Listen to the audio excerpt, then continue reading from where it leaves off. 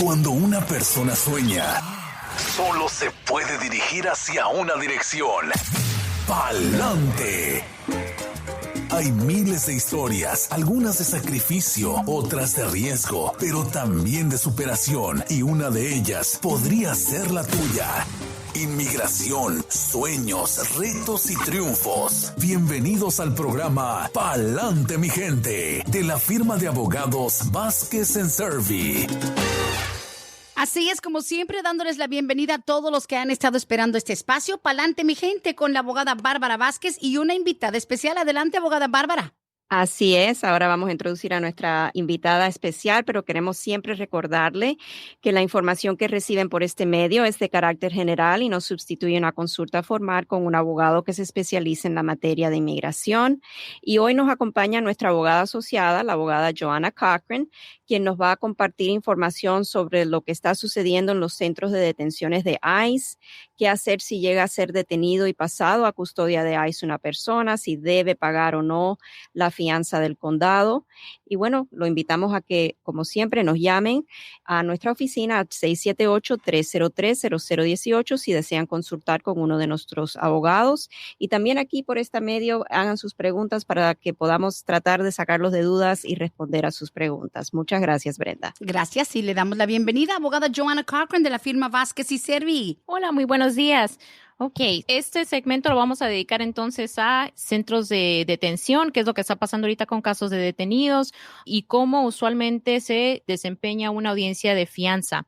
Una pregunta que recibimos muy comúnmente, muy frecuentemente en esta temporada de la crisis del virus y lo que se vive con el COVID-19, si ICE todavía está arrestando y deteniendo a gente y si esos casos están todavía procediendo en la Corte de Inmigración.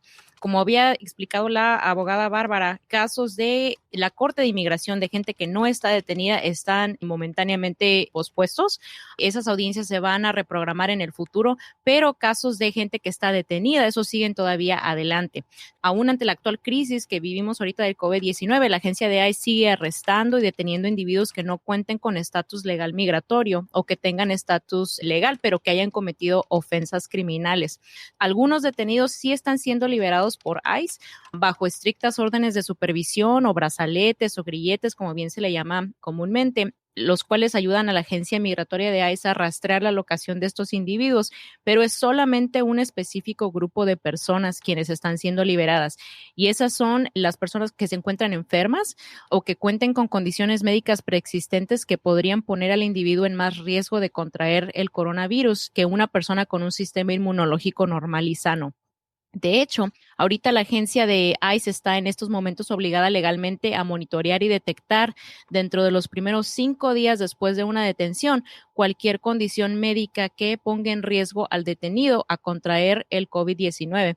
Esta obligación surgió a raíz de una demanda en contra del gobierno estadounidense y esta demanda incluye la agencia de ICE como defendiente. Esta demanda resultó en que la Corte del Distrito Central de California, la cual es una corte a nivel federal, ordenara en abril 20 de este año que la agencia de ICE monitoreara a sus detenidos y considerara la liberación de ellos. El nombre del caso es Freiheit versus ICE. Si desean consultar el texto de la orden, obviamente está en inglés, pero ojo, esta orden federal no es una orden para liberar a todos los detenidos, es simplemente una orden para que la agencia de ICE considere. Esa es la palabra clave aquí, que considera la liberación de detenidos con condiciones médicas preexistentes, que los hagan más vulnerables al COVID-19 que la población promedio que se encuentra ahorita detenida en los centros de detención.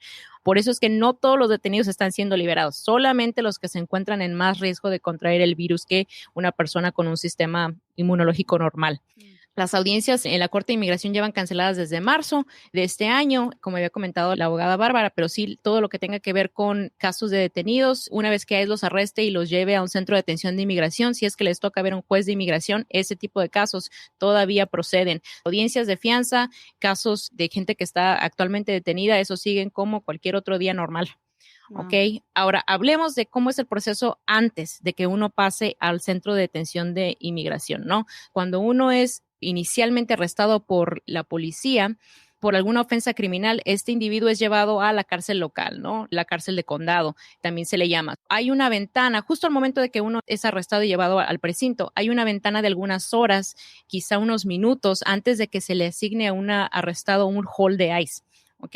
Esta ventana es diminuta. A veces es posible pagar la fianza en la cárcel local y ser liberado sin tener que pararse en un centro de detención, pero como es una ventana de tiempo muy limitado, el familiar del individuo tiene que actuar rápidamente antes de que este detenido sea puesto o asignado a un hold de ICE, porque después de tener un hold de ICE, el pagar la fianza en la cárcel local no significa liberación inmediata.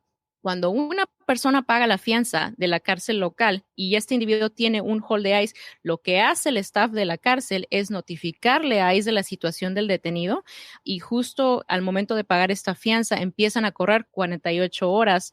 Así es el caso en Georgia. Empiezan a correr 48 horas en las que ICE puede venir a levantar al detenido y llevarlo ahora sí a un centro de detención de inmigración. Estas 48 horas, muy importante, no incluyen días festivos ni fines de semana. Aunque en teoría ICE podría nunca levantar al detenido después de que esas 48 horas corran, la realidad es que en 99% de los casos, al menos aquí en Georgia, las circunstancias son que el ICE viene, levanta al individuo y lo lleva a custodia de ICE a un centro de detención. Por eso hay mucha gente que pierde ese dinero en la fianza local. No hay manera de que vayan a dejar al detenido. Simplemente lo que pasa es un cambio de transferencia de la cárcel local al centro de ICE. Habiendo dicho eso, hay buenas razones para pagar la fianza local. Y hay malas razones para hacerlo. Las buenas razones realmente de pagar la fianza en la cárcel local es que esto agiliza la transferencia de custodia de la cárcel local al centro de detención de inmigración. Algunas veces no tienen caso realmente estar detenido en la cárcel local por un delito menor que de todas maneras el abogado de inmigración, por ejemplo, piensa que pueda todavía obtener una fianza en frente a un juez de inmigración, ¿no? Si es un delito menor de tránsito, por ejemplo, a veces sí conviene pagar esa fianza local para que uno sea transferido en frente a un juez de inmigración y proceda a la audiencia de fianza. Pero algunas veces no es una buena idea pagar esta fianza en la cárcel local. Por ejemplo, eso tiene que ver con cargos criminales serios.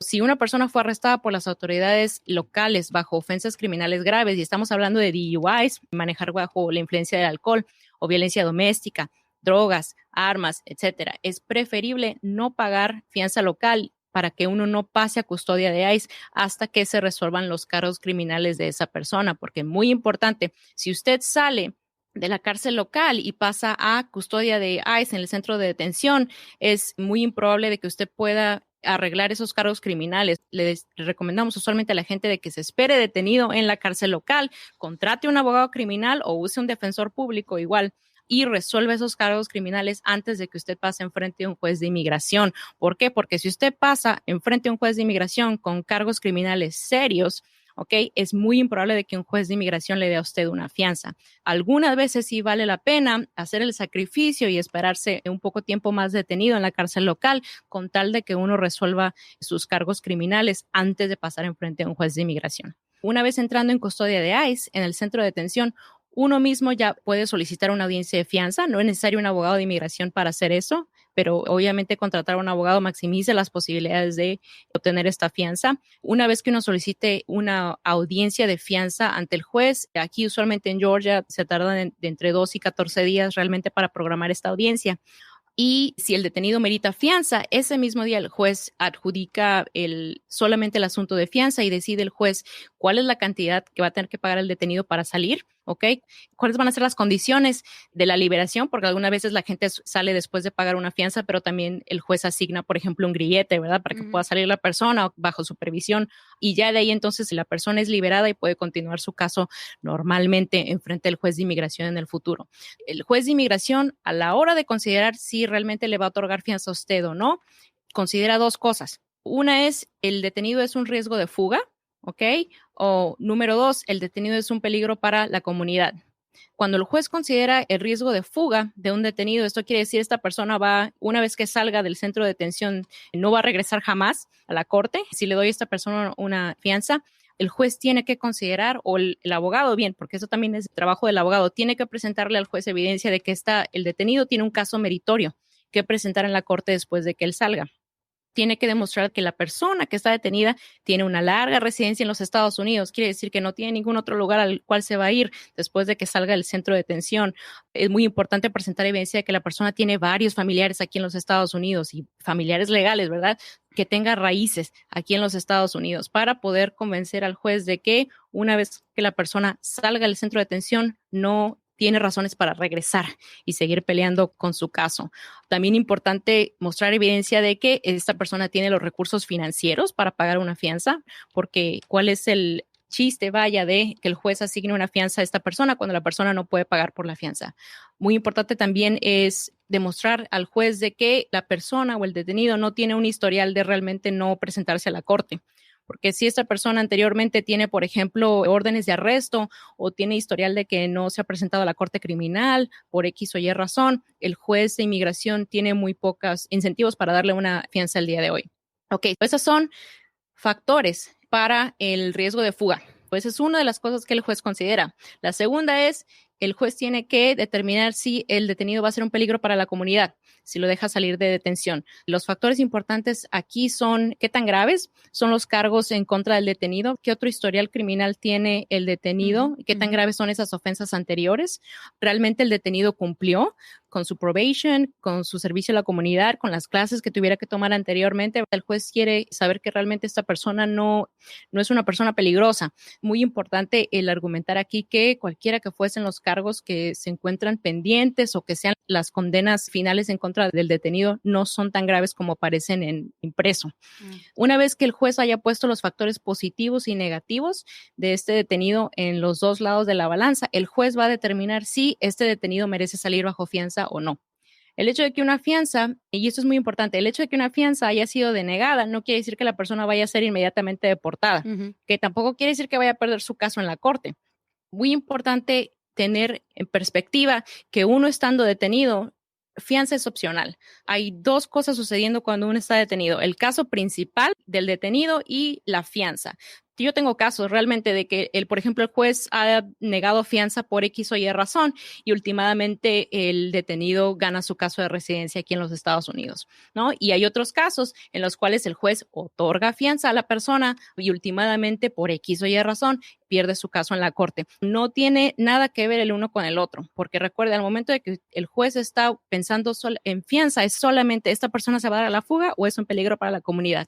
Eso es todo. Nada tiene que ver con si usted tiene realmente buenas chances de ganar su caso de residencia o permanecer aquí en los Estados Unidos. Esa audiencia final, que usualmente así se le llama, audiencia final o individual, ya vendrá más allá en el futuro. Pues mucho después de la audiencia de fianza. Abogada Joana, en estos casos, por ejemplo, lo que vemos con frecuencia es en nuestra comunidad, ¿verdad? Desafortunadamente, DUIs, también vemos casos de robo en una tienda. También vemos, por ejemplo, casos de abuso doméstico.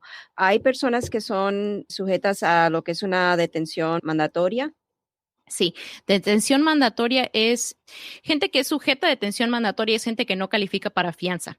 Y usualmente en los casos que vemos aquí son porque los récords criminales son bastante serios. Las ofensas de las cuales tiene el detenido en su récord son suficientemente graves o serias para no permitirle bajo la ley obtener una fianza.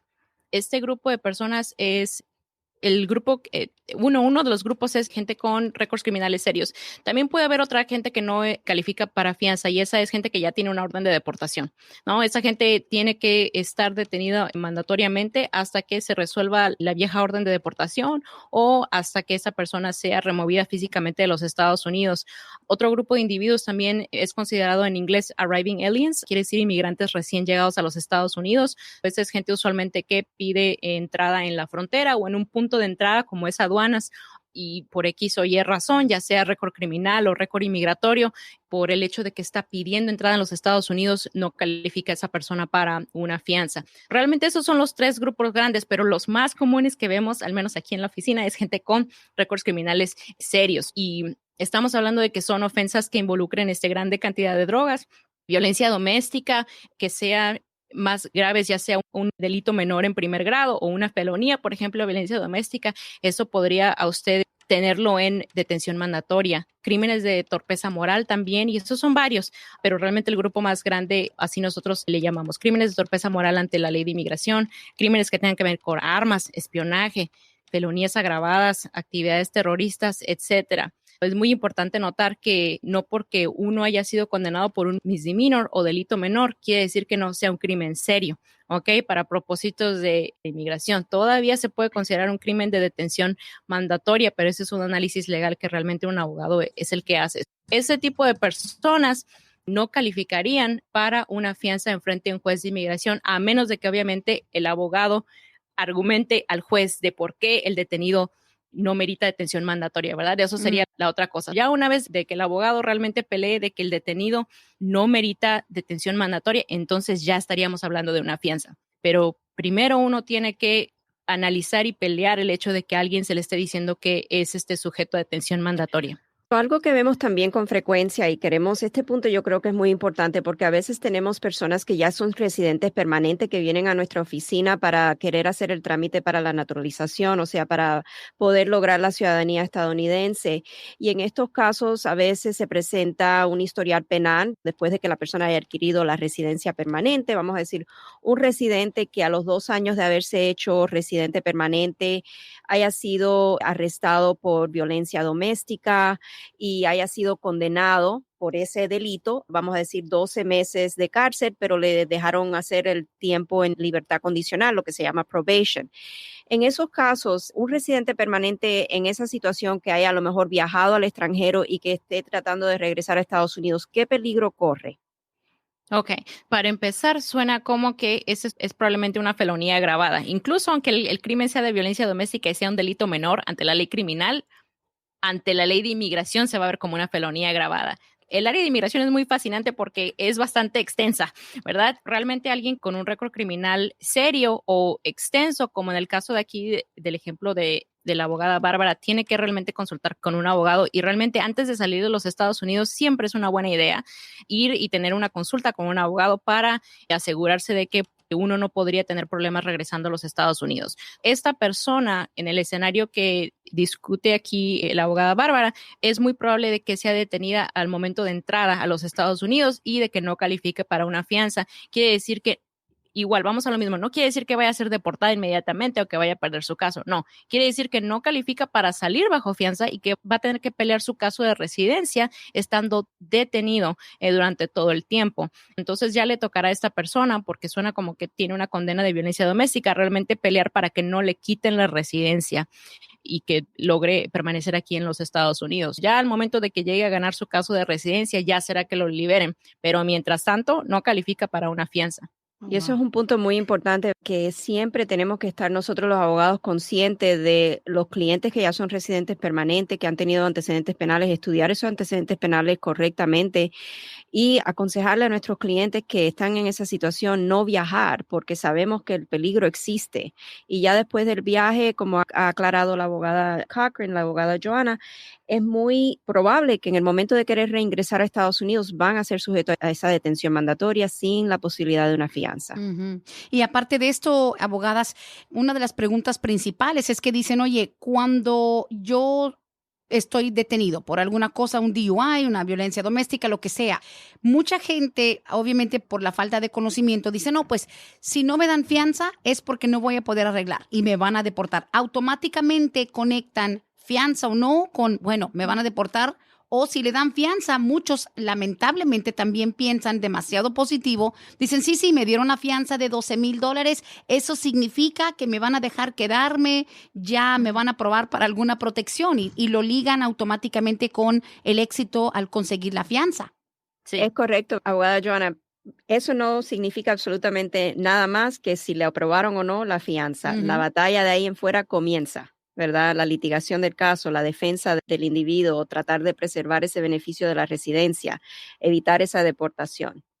Sí, y la desventaja realmente o la triste realidad en el sistema de justicia de inmigración de los Estados Unidos es de que cuando la gente no recibe fianza, un juez de inmigración tiene uno que considerar, ¿vale la pena quedarme aquí en los Estados Unidos peleando mi caso detenido o mejor me regreso a mi país? Y hay mucha gente, lamentablemente, que tiene casos meritorios de inmigración que decide regresarse a su país porque estando detenido, pues es bastante duro para la persona físicamente y mentalmente realmente estar detenidos. Muy pocas personas deciden eventualmente quedarse aquí en los Estados Unidos y pelear su caso estando detenido. Hay gente que prefiere regresarse a sus países de origen y es una conversación muy dura que tiene uno que tener con su abogado, poner los dos escenarios en una balanza y decir, así se ve el caso de usted si usted decide quedarse aquí en los Estados Unidos y del otro lado evaluar si realmente vale la pena seguir peleando el caso estando fuera de los Estados Unidos. Porque también esa es otra consideración. ¿Puedo yo regresar a mi país y mejor pelear mi caso estando fuera que estando aquí detenido? Pero pues cada persona es diferente. Hay gente que pasa 2 semanas en el centro de detención y ya se quiere regresar. No, no importa el mundo, no importa nada. Y otra gente que no. Hay gente que lleva 2, 3 años estando detenidos y todavía está peleando su caso. Eso es solamente una decisión personal que uno tiene que considerar, hablar con sus familiares y decidir qué es lo que va a hacer. Oye, pero abogada Joanna, lo que también mucha gente no toma en cuenta es que son dos batallas. O sea, estamos hablando de que y vamos a pensar worst case scenario, o sea, peor de los casos es un crimen fuerte, algún asalto agravado, una felonía fea con drogas, algo. La persona está tan enfocada en salir de la detención de migración que se les olvida que tienen la parte criminal, que, o sea, dependiendo de los cargos, es la fianza a veces, pero ¿en algo les ayuda de repente tener determinado compromiso con la parte criminal, como para decir, oye, pues me tienen que dejar salir para yo poder pelear mi caso de violencia, de asalto, de drogas? O sea, porque mucha gente dice, oye, ¿a poco me van a mandar a la detención de migración? Voy a estar aquí 6 meses o 1 año peleando. ¿Y la parte criminal qué onda? Entonces muchos dicen, me pueden sacar para yo pelear lo criminal, y muchas veces no obtienen el resultado que quieren. Sí, y usualmente las personas que quieren pelear el aspecto criminal de su caso, nosotros referimos a un abogado criminal para que converse con el detenido y ver si realmente esa es una posibilidad, ¿no? De que pueda uno salir estando o que ICE pueda permitirle a la persona ir y pelear su caso en la corte criminal. La verdad es que muy pocas veces ICE deja al detenido realmente salir y atender o asistir a las cortes criminales. Tiene que haber una orden del juez realmente mandando a ICE a transferir al detenido a la corte criminal para seguir peleando sus casos criminales, porque ICE realmente no les importa muy poco realmente si la persona tiene cargos criminales pendientes.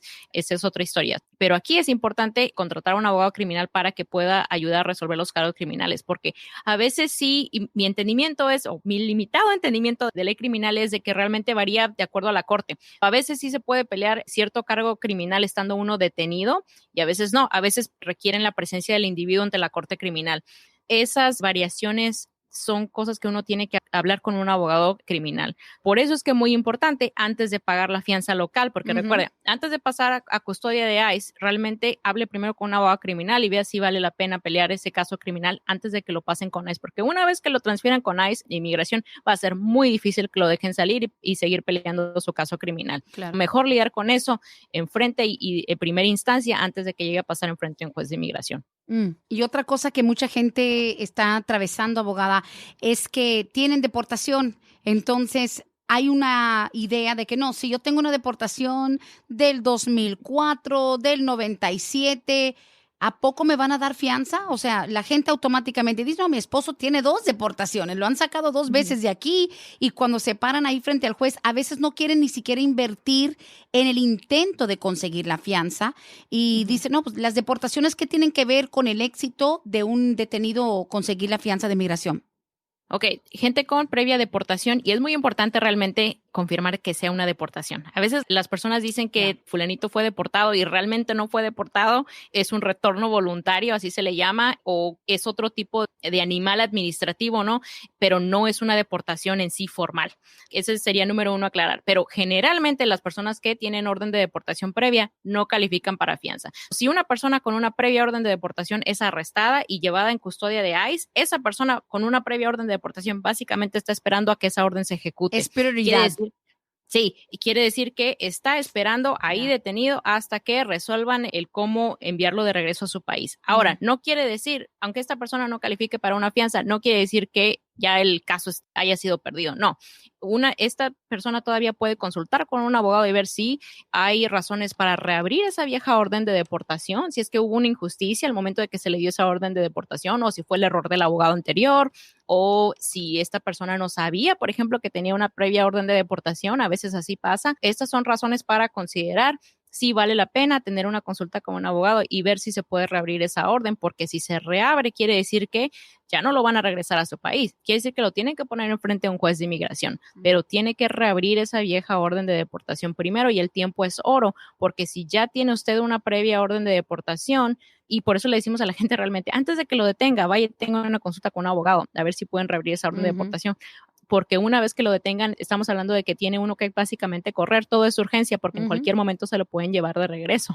Mejor hacer la consulta ahorita y realmente ver cuáles son sus chances para reabrir esa vieja orden de deportación y no tener que estar corriendo a último minuto porque lo detuvieron por X o Y ofensa. Tengo una pregunta. La orden de reapertura del caso en varias situaciones puede ocasionar también un paro, ¿verdad?, de la deportación que se pide. No es automático, en algunos casos sí es algo automático, pero es el propósito de la moción para la reapertura del caso de una persona que tiene una orden de deportación previa, evitar que lo levanten y que lo lleven inmediatamente y que ejecuten esa orden de deportación. ¿No es así? Sí, a veces el vehículo que usa el abogado para pedirle al juez de que reabra esa orden de deportación se llama moción, ¿no? Así se llama el documento. En algunas instancias, el simple hecho de someter esta moción en la corte pidiéndole al juez de que considere reabrir esta orden, algunas veces solamente el hecho de someter esa moción es un paro automático. Quiere decir que nadie lo va a tocar al detenido hasta que el juez me dé una decisión final en esa moción que yo sometí. Sí, algunas veces sí lo es. Y usualmente eso aplica cuando la persona, por ejemplo, se le dio una orden de deportación en su ausencia. Quiere decir que no asistió a su última fecha de corte y se le dio en su ausencia porque la persona no sabía que tenía una fecha de audiencia. Usualmente ese tipo de casos hay un paro automático cuando uno somete una moción para reabrir esa vieja orden de deportación. Algunas veces, si esto no aplica, quiere decir que no, que solamente el abogado está sometiendo la moción para reabrir esta orden con el juez y que ya sea que el abogado le puede pedir un paro automático al juez, pero el juez no tiene la obligación de darlo. Por eso es que uno está básicamente corriendo a últimas porque la persona está detenida y se puede ir en cualquier momento y es mejor hacerlo esto con anterioridad y con calma y no esperar al último momento cuando ya uno es detenido. El otro cara de la moneda es de que en muchos de estos escenarios que estamos discutiendo ahorita, aún se puede proceder incluso cuando la persona ya ha sido removida a su país de origen. En muchos casos todavía uno puede someter una moción para reabrir una orden de deportación, incluso cuando la persona ya ha salido de los Estados Unidos. Tampoco quiere decir que es el fin del mundo. Si usted ya ha salido de los Estados Unidos, vamos a lo mismo, tiene que consultar con un abogado para ver cuáles son sus probabilidades. Y aparte de eso, mucha gente abogadas, conectan el tiempo que están detenidos en inmigración como que ese es su castigo, como que están cumpliendo el castigo de la parte criminal, lo cual es un perjuicio muy grande, es perjudicial para que la persona diga, no, pues ya estuve 8 meses en la cárcel de Stewart o de Irwin o de Folkston, ya no debo nada en la parte criminal, entonces creen que el caso se cerró y dejando atrás como si fuera una condena que cumplieron y no es así. No tiene que ver, porque uno es un caso de inmigración y el otro es el caso criminal. Sí, y a veces, y esto me ha tocado también verlo, cuando uno termina su caso con el juez de inmigración, ya luego de que el juez da la orden final, a veces ICE toma al detenido y lo transfiere de regreso a la cárcel local para que siga sirviendo la sentencia de que se le dio originalmente. ¿Por qué? Porque son dos cosas diferentes. ¿Sí? Inmigración es una y criminal es otra. Por eso siempre es importante consultar con 2 personas, un abogado en criminal y un abogado en inmigración, porque usted está lidiando con 2 aspectos de la ley que son bastante vastos, extensos, como para una persona realmente saber todo sobre una. Por eso le decimos a la gente, siempre consulte con un abogado criminal, Sí. con un abogado de inmigración, o con un bufete que tenga los dos tipos de abogado, ¿no? Pero sí tiene que ser dos personas que se desempeñen Sí. en un área de la ley y en otra área de la ley, sí. Claro.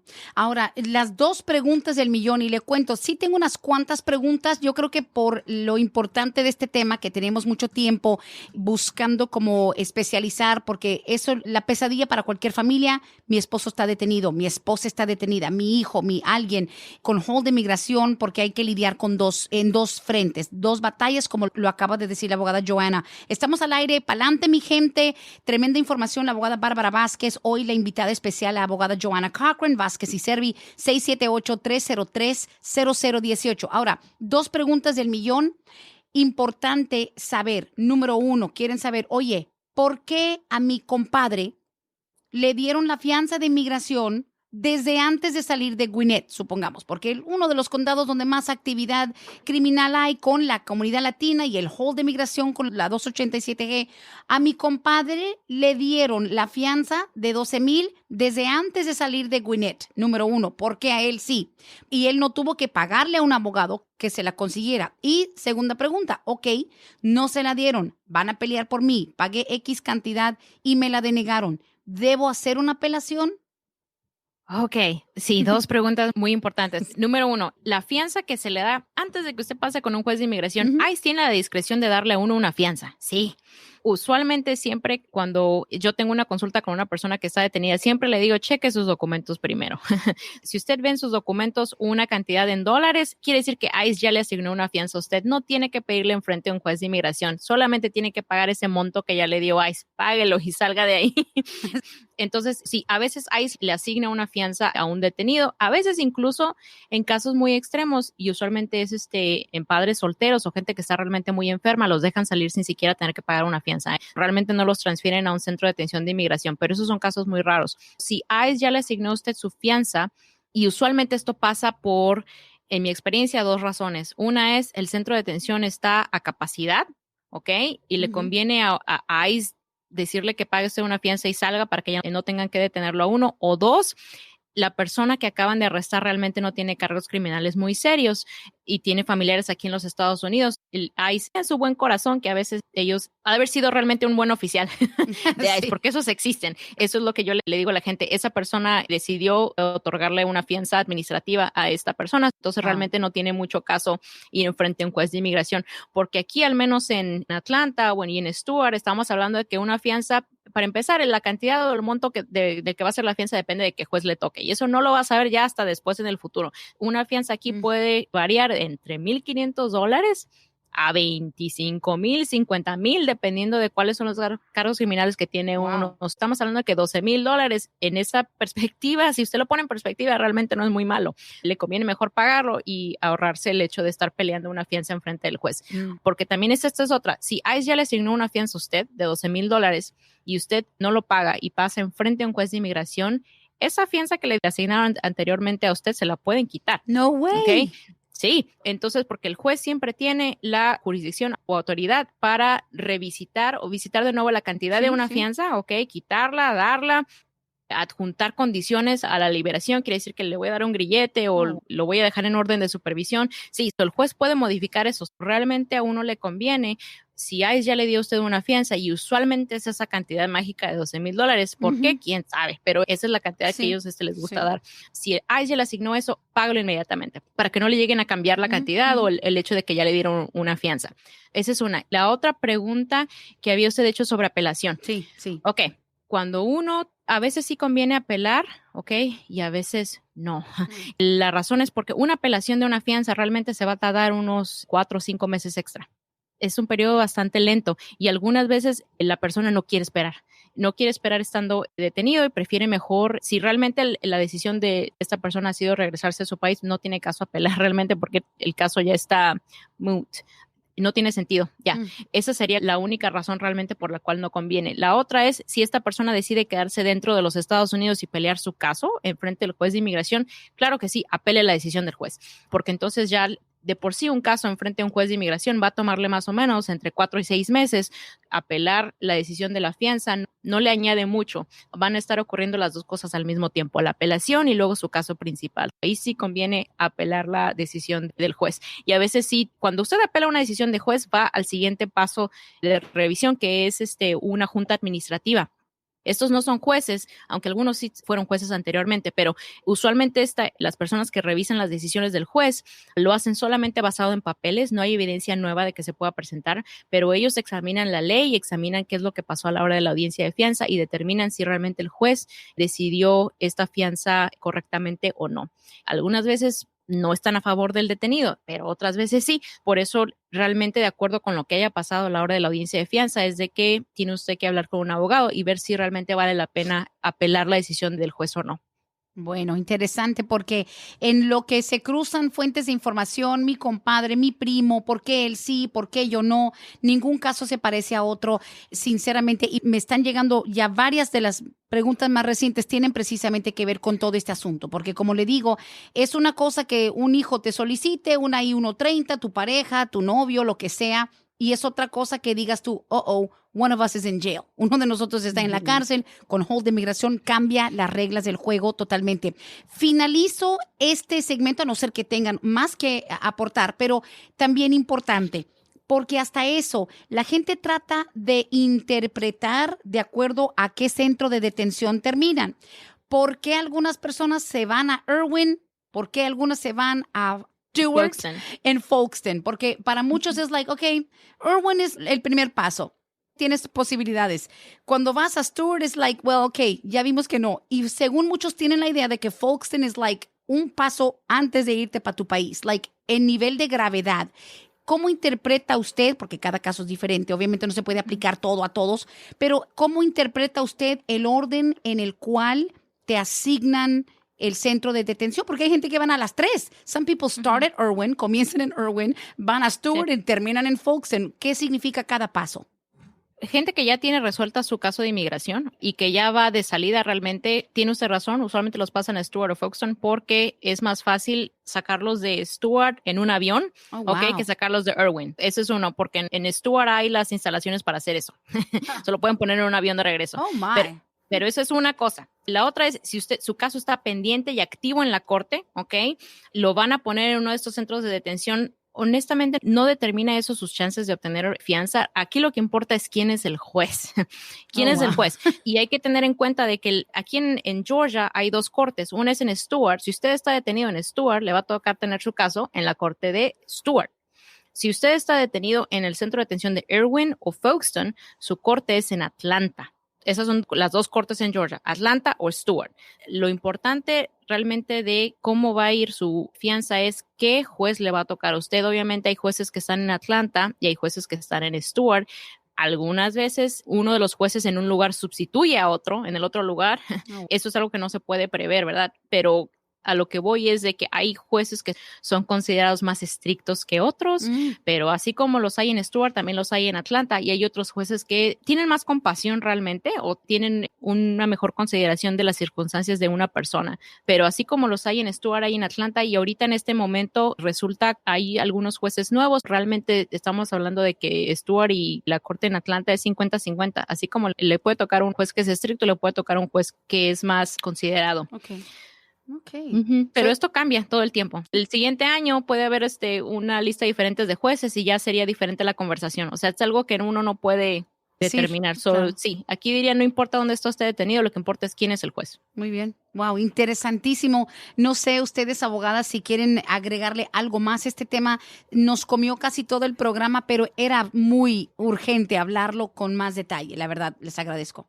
No, de nada. Sí, yo por eso quise invitar a la abogada Joanna, porque es la que trabaja los casos de detención en nuestra oficina, y yo creo que hoy en día con lo que está sucediendo, no tan solo con la administración Trump, pero también con lo de la pandemia, es muy importante saber qué es lo que está pasando con los casos de los detenidos, porque sí hemos tenido preguntas en las programaciones anteriores donde nos han preguntado si las personas están siendo liberadas, porque hay muchos rumores de que van a liberar a las personas detenidas en los centros de detención y sabemos ahora que no es así, que no es que van a liberar a todas personas, sino a aquellas personas que están en alto riesgo por lo del sistema inmunológico, que tienen algún problema severo de salud y que pueden llegar a ser contagiados por el virus. Todas esas cifras están en la página de ICE. Usted puede ver cuántas personas están confirmadas que son los casos de COVID-19 en centro de detención y cuántas personas ellos han liberado. Y va a ver usted que las cifras de gente que tiene COVID-19 no son las mismas cifras de gente que ellos han liberado. O sea, no van a liberar a todos. Sí, todo eso es información pública, lo puede usted checar en la página de ICE. Incredible, incredible. Pues yo digo que empecemos ya con las preguntas, a ver si podemos dar respuestas un poquito condensadas para que la gente no se quede con la duda, pero definitivamente increíble este segmento. Primera pregunta dice, yo estoy en el proceso de la I-130 para mi esposo, ya está aprobada. Estamos ya necesitando el proceso del perdón, pero tengo una duda. ¿Puedo cambiar de representación? La firma actual me está pidiendo otros $5,000 por la segunda parte. ¿Esto es normal? Sí, o sea, lo que a veces el cliente no ve es el nivel de trabajo que se lleva a esa segunda parte. La primera parte del caso, que es la I-130, es simplemente, como en este caso, que están relacionados por matrimonio, establecer la validez del matrimonio. La segunda parte del caso, aquí estamos hablando de no solamente el perdón que va a requerir la persona, que sería el perdón por presencia indocumentada en Estados Unidos, y tenemos ahí que poner un volumen de evidencia, tenemos que hacer un resumen de los argumentos, a veces tenemos que también incluir lo que son evaluaciones psicológicas que tenemos que leer, tenemos que estudiar también reportes médicos para poder entonces hacer esos argumentos de los perjuicios extremos que va a sufrir el cónyuge, quien tiene el estatus migratorio, al no ser otorgado el beneficio del perdón, el esposo, ¿verdad? En este caso, por ejemplo. Esa parte del caso es bien trabajosa, bien laborosa. Después de ahí, entonces sigue o simultáneamente preparamos lo que es el proceso consular, que tiene que ver con todos los documentos que van a tener que ser preparados para el Centro Nacional de Visa, recibir estos documentos y calificar el caso para entonces enviarlo a la Embajada Americana y la Embajada Americana decidir programar una cita para que la persona pueda salir del país. Y ahora con esto de la carga pública, aún más trabajo tenemos, porque ahora más evidencias hay que someter, tenemos que sobrepasar lo que es esa presunción. Vamos a decir que la persona va a venir a Estados Unidos a futuramente ser carga pública para el país. Tenemos que tener esas evidencias que van a refutar cualquier presunción que el gobierno o el oficial que esté adjudicando la solicitud quiera imponerle. Ok. Esta pregunta un poco fuera de lo que se maneja, pero igual para que se maneje de alguna manera. Dice, una niña que fue traída a los Estados Unidos con 3 años de edad, le están ofreciendo una beca, pero carece de ciertos documentos mexicanos. El detalle es que no tiene ni pasaporte ni nada. El padre de esta niña está en México. Él, según iba a firmar para renunciar a la paternidad, pero ahora resulta que él ya no contesta. ¿Alguna sugerencia para que una persona que no cuenta con la presencia física de un padre biológico para que pueda sacar aquí en algún consulado su pasaporte mexicano?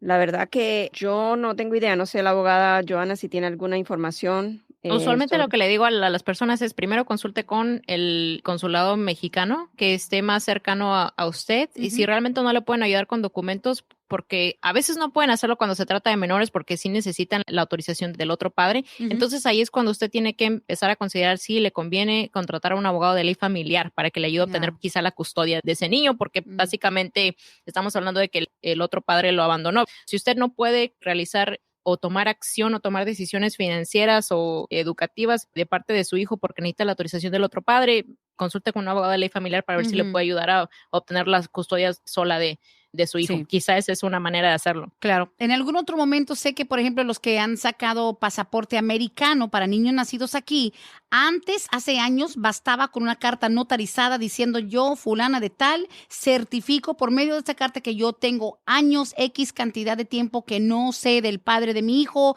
he intentado por distintos medios, cartas, llamadas, redes sociales, no lo encuentro, no sé dónde está antes, pero eso para el pasaporte americano hay que consultar obviamente las leyes internacionales que aplican a cada país de acuerdo a los documentos. Brenda, y otra cosa que quería decir, porque la pregunta anterior de cambiarse de abogado, claro, o sea, por lo menos en nuestra oficina nosotros hacemos los contratos en partes. La primera parte es la I-130, que esta persona dice que ya fue aprobada. La segunda parte sería contratar los servicios para lo que es el proceso consular con el perdón que vaya a necesitar el individuo. Si ya hemos cumplido con la primera parte del contrato, esa persona solamente estuvo obligada, igual que nosotros, a la primera parte, que es la parte de la I-130. Ya cumplimos, ya está aprobada, la persona puede pedir una copia de su expediente e ir a otra oficina de abogados para hacer su trámite. Eso no, por lo menos en nuestra oficina, no debe ser ningún problema. Claro. Y yo creo que en este caso es más que nada una cuestión de presupuesto, más que otra cosa. Vamos a seguir con la siguiente pregunta. Dice, buenos días, estoy sometiendo un perdón por presencia indocumentada. Entregué todo lo que mi abogada me requirió desde noviembre del 2019, documentos, fotos, evaluación psicológica, cartas de recomendación, pagos de las aplicaciones, una larga lista de cosas. Mi pregunta, si es normal que todavía no esté listo el perdón, estamos hablando de 6 meses ya preparándolo. Depende, usualmente no debe de ser tanto tiempo, pero si a veces han faltado alguna información, esta persona dice que no ha faltado ninguna información, si ya tiene todo el abogado, entonces tendríamos que ver, por ejemplo, si dado al cambio que hubo en febrero, porque de noviembre a febrero no es tanto el tiempo, sabemos que hubo un cambio de las regulaciones federales conforme a la carga pública y a lo mejor ahí podría ser que haya alguna traba conforme a no haber enviado ya la documentación del perdón. Puede ser, no sé, tendríamos que saber qué es lo que está pasando más a fondo del caso. No, y aparte, pues el tratar de pinpoint o de específicamente aislar un tiempo promedio no es fácil, y menos ahora. Bueno, a veces lo que pasa es también que a lo mejor el cliente piensa que todo ha sido entregado y estamos en comunicación, a lo mejor semanalmente o una vez al mes, que nos falta un documento. Casi siempre puede ser una traba para un caso de perdón, el hecho de no tener una copia certificada de la disposición de un caso penal que la persona haya tenido, por ejemplo. A veces hay clientes que nos contratan para nosotros sacar ese documento de la corte donde la persona estuvo presente para su caso penal, y a veces es cuestión de que la jurisdicción, la corte, se está demorando en mandar esa documentación. También. Ok, vamos a continuar. Dice aquí, tengo un hermano que tiene 2 deportaciones y ahora quiere sacar un tax ID y hacer sus impuestos cada año. ¿Eso le afecta o no? Ahora, no sé si están preguntando si le afecta para sacar un tax ID, creo que no, pero a lo mejor algún arreglo en el futuro, si ya tiene 2 deportaciones y saca un tax ID, no sé si quieren saber que si esto va a dar prueba de que sigue estando o regresó al país. Pues qué bueno que está queriendo hacer sus taxes, sí, por lo menos. primeramente, pero ¿eso le va a afectar con inmigración? No, él puede tramitar su tax ID si él gusta someter taxes, porque no es algo que le vaya a perjudicar el hecho de hacer taxes, al contrario, le va a ayudar, pero si quiere saber que solamente eso en sí le daría más chances de él arreglar su estatus migratorio, necesitaríamos más información para hacer eso. Pero de que puede tramitar el tax ID lo puede hacer. Sí, y demuestra que sí está en el país. O sea, al solicitar un tax ID es porque ya volviste después de ser deportado, no una, sino 2 veces. Depende de en qué aspecto te afecta. Puedes sacar tu tax ID, good, you're going to do taxes, great. Pero cuando te pregunten, después de tu deportación, ¿volviste? No vas a poder decir que no. Ok, siguiente dice, yo tengo DACA y estoy casado con un ciudadano americano. Tenemos una hija de 6 años, pero él fue sentenciado a la cárcel por un crimen, sentenciado a 4 años, ya lleva 7 meses detenido. El caso de nosotros puede comenzar estando él detenido, está en el condado de Clayton. O sea, si ya están casados y hay pruebas de la validez del matrimonio, aquí básicamente sería empezar con una I-130, que es la petición familiar. Obviamente tendríamos que saber la razón por la cual la persona está detenido, porque hay algo que se llama el Adam Walsh Act, que puede ser un inconveniente o que le puedan denegar la petición familiar a la esposa con DACA. El Adam Walsh Act tiene que ver con crimen, por ejemplo, de abuso sexual de un menor, pornografía de menores, etcétera. Y por eso siempre tenemos que saber la razón por la cual el patrocinador, en este caso el ciudadano estadounidense, está detenido, porque está en prisión por tanto tiempo. El hecho de empezar la I-130, ahí solamente hay que comprobar la validez del matrimonio. Ya después de ahí, obviamente, se puede complicar la situación cuando entremos a la segunda parte del caso, que sería tal vez el proceso consular con un perdón por presencia indocumentada. Tendríamos que analizar a ver si esta persona con DACA en realidad va a necesitar de un perdón, y la complicación puede venir en base a tal vez poder demostrar que el esposo puede someter lo que es una affidavit de manutención, puede tener ese problema de no poder comprobar que tiene suficiente ingreso, estaríamos viendo la posibilidad de un copatrocinador, o sea, por ahí vendría la posible complicación en la segunda parte del caso. Claro, claro. Y abogadas Joanna Cochran, abogada Bárbara Vázquez, última pregunta y tiene que ver mucho con el tema que se manejó y tengo unas cuantas preguntas que ya les pedí que si nos pueden esperar hasta dentro de 8 días, pero and they said cool, la última. ¿Cómo se determina quién califica para un grillete a la hora de estar detenidos por inmigración? Ok, usualmente el grillete se le da a la persona justo después de salir del centro de detención. A la mayoría de la gente, en mi experiencia, a la que se le da un grillete es gente que no tiene todavía asignada una fecha de corte. ¿Por qué le van a dar un grillete? Porque no hay incentivos o no hay la obligación de que la persona que acaba de ser liberada regrese a la corte. Si todavía usted no tiene asignada una fecha de corte, piense que realmente cuál es su obligación de usted regresar. No tiene usted obligación porque no tiene ni fecha ni lugar para que usted regrese. Usualmente a ese grupo de personas, ICE les asigna un grillete o un brazalete y en mi experiencia también, una vez de que se le asigne una fecha de corte a esta persona, y siempre y cuando no tenga récords criminales muy serios, es cuando se le quita ese grillete. ICE solamente quiere tener un grillete porque no tiene usted la obligación todavía de regresar aquí a las oficinas de ICE, pero realmente después de que tiene usted una fecha de corte es muy poco problema. Y es cuando uno puede pedirle al oficial de ICE que se lo quite. Y de nuevo, no compare su caso con el de nadie más, ningún conocido, ningún primo, compañero de trabajo. Cada caso es distinto y obviamente depende quién esté peleando por ti. Qué mejor que sea en las oficinas de Vázquez y Servi, 678-303-0018. 678-303-0018 en esta edición increíblemente informativa. Las abogadas Bárbara Vázquez y Joanna Cochran, ambas de la firma Vázquez y Servi. Señoras, señoritas, gracias. De verdad, todo excelente. Muchísimas gracias, Brenda, por todo. Hasta la próxima. Muchas gracias, Brenda. Gracias, abogada Bárbara. Gracias, abogada Joanna. Hasta aquí hemos llegado hoy, pero siempre vamos pa'lante, mi gente, con Vázquez en Servi. Hasta la próxima.